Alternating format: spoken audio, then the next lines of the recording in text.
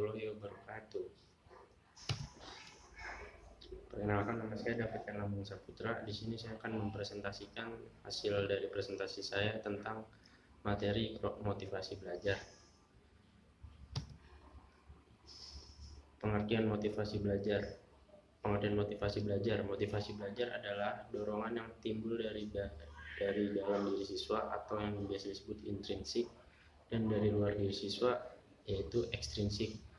Untuk melakukan sesuatu, motivasi intrinsik meliputi hasrat dan keinginan untuk berhasil, dan dorongan kebutuhan untuk belajar, dan harapan akan cita-cita siswa. Sedangkan motivasi ekstrinsik meliputi adanya penghargaan, lingkungan belajar yang kondusif, kegiatan belajar yang menarik, dan adanya upaya guru dalam membelajarkan siswa.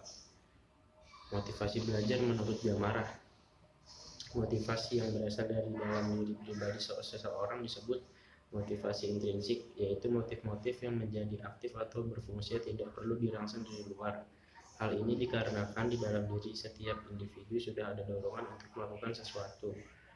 Sedangkan motivasi yang berasal dari luar diri seseorang disebut motivasi ekstrinsik, yaitu motif-motif yang aktif dan berfungsi karena adanya perangsang dari luar.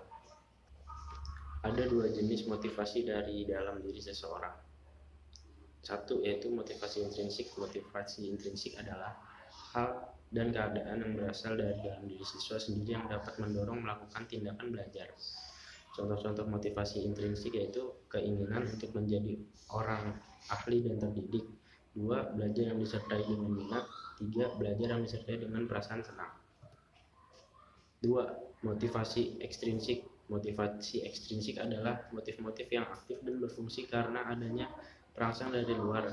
Motivasi belajar dikatakan ekstrinsik bila anak didik menempatkan tujuan belajarnya di luar faktor-faktor situasi belajar, atau yang disebut residence in some factor outside the learning situation. Anak didik belajar karena hendak mencapai tujuan yang terletak di luar hal yang dipelajarinya, menurut Sardiman tahun 2012. Contoh-contoh motivasi ekstrinsik: 1. Belajar demi memenuhi kewajiban. 2. Belajar demi memenuhi kebutuhan. 3. Belajar demi memperoleh hadiah. 4. Belajar demi meningkatkan gengsi. 5. Belajar demi memperoleh pujian dari guru, orang tua, dan teman. 6. Adanya ganjaran dan hukuman. Upaya meningkatkan motivasi belajar. Menurut Dis dan Greenwood tahun 1974 dan Gamarra 2002, ada 4 fungsi guru sebagai pengajar yang berhubungan dengan cara pemeliharaan dan peningkatan motivasi belajar anak didik, yaitu guru harus dapat mengarahkan anak didik, memberikan harapan yang realistis, memberikan insentif, dan mengarahkan perilaku anak didik ke arah yang menunjang tercapainya pengajaran. Adapun upaya untuk meningkatkan motivasi belajar yaitu: A. Menggairahkan anak didik. Untuk dapat meningkatkan kegairahan anak didik, guru harus mempunyai pengetahuan yang cukup mengenai disposisi awal setiap anak didiknya.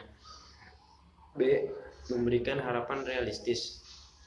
Seseorang guru harus memelihara harapan-harapan anak didik yang realistis dan memodifikasi harapan-harapan yang kurang atau tidak realistis. Untuk itu, guru perlu memiliki pengetahuan yang cukup mengenai keberhasilan atau kegagalan akademis setiap anak didik di masa lalu.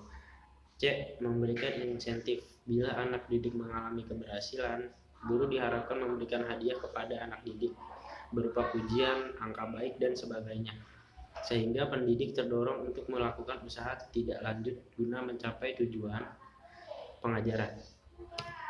Sekian hasil dari presentasi saya. Wassalamualaikum warahmatullahi wabarakatuh.